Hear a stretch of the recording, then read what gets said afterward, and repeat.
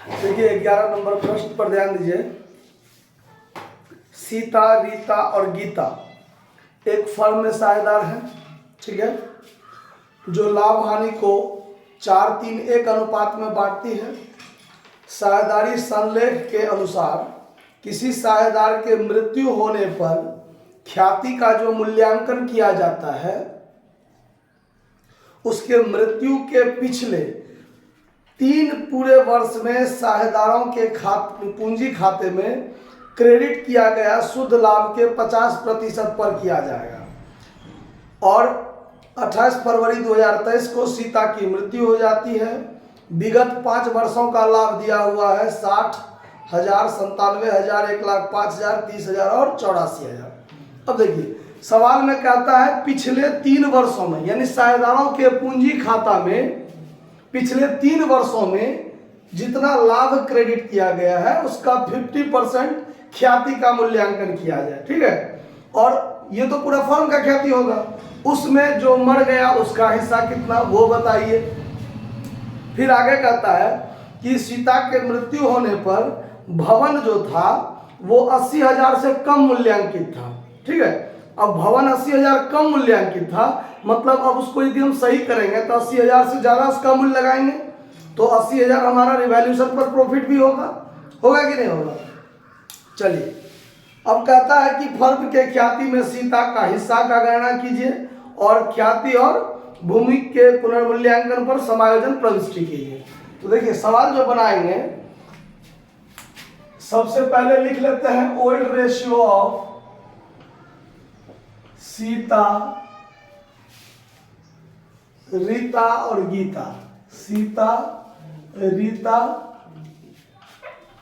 गीता, गीता अनुपात है 4-3-1, 4-3-1। अब इसमें सीता मर गई है तो सीता इज डेथ पार्टनर और उसका हिस्सा है 4/8, ठीक है। अब यहां देखते हैं वैल्यूएशन ऑफ गुडविल जब हम करेंगे, वैल्यूएशन ऑफ गुडविल,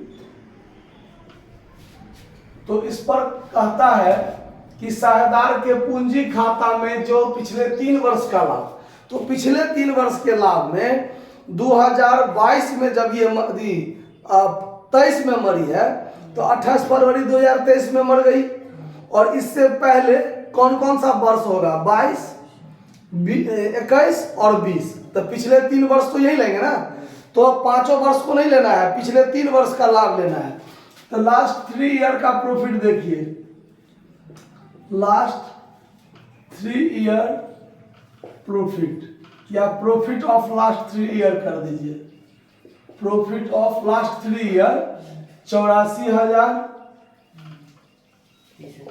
30,000 और 1,05,000, 1,05,000 है ना।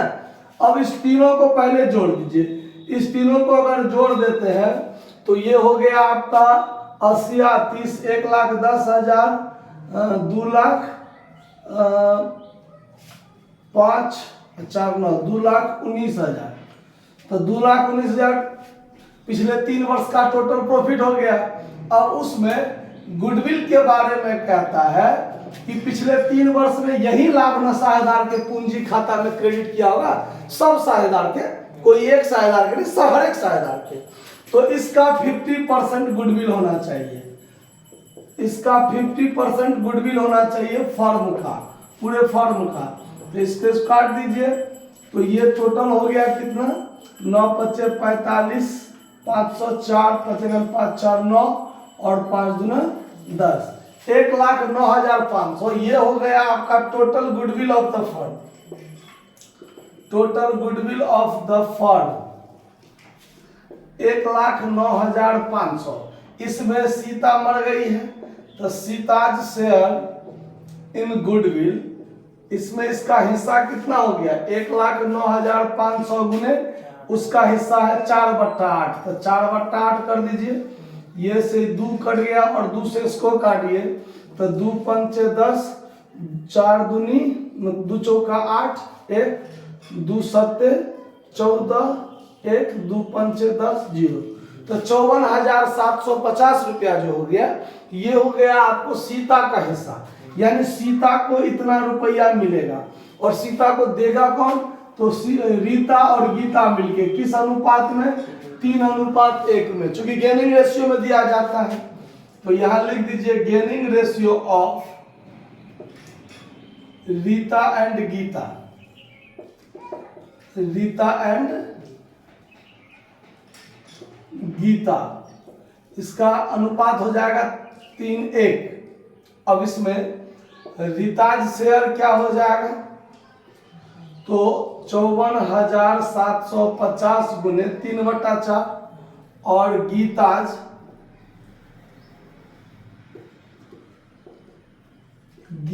शेयर जो हो जाएगा 54,750 गुने 1/4। अब इसको काटिए, 54,750 भागा 4, तो ये चला जाता है 13,687। 13,687 रुपया 50 पैसा। और इसी में गुना कर दीजिए 3 से, तो इसका हिस्सा हो जाएगा 41,062। 41,062 रुपया 50 पैसा। अब दोनों में 50 पैसा है। तो अब एगो को सही करने के लिए इसमें से हटा के इसमें जोड़ दीजिए, तो इसको 88 बना दीजिए। चाहे इसमें से हटा के इसमें जोड़ते तो ये 87 रह जाता, तो ये 63 हो जाता। समझ में आ रहा बात? तो इतना उसको मिलना चाहिए। अब दूसरा point, profit on revaluation. Profit on revaluation 80,000 होगा। ये क्लियर, एक एक पॉइंट है, सुन लीजिए।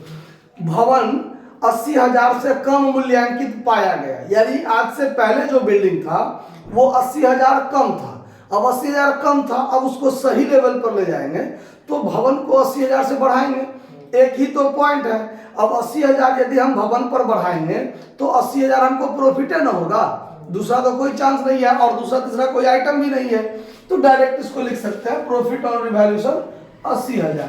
अब इसमें सीता का हिस्सा क्या होगा? सीताज शेयर 80,000 गुने 4/8 यानी आधा हिस्सा।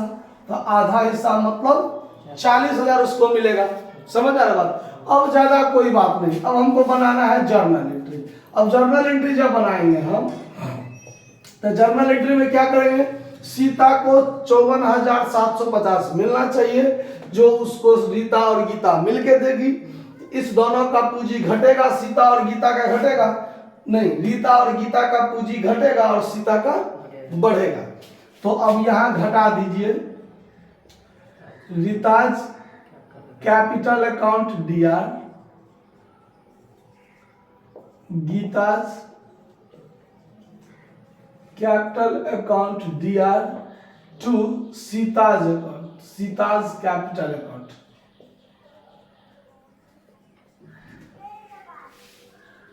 इकतालीस 41,062, 13,688, 54,750। अब उसके बाद रिवैल्यूएशन में जो हिस्सा होगा, तो रिवैल्यूएशन में तो जनरली सबका हिस्सा होता है।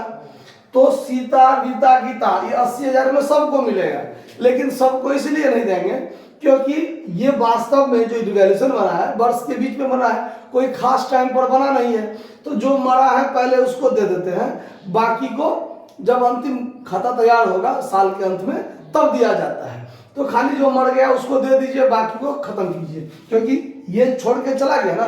देना तो सिर्फ सीता को है, रीता और गीता को तो देना नहीं है।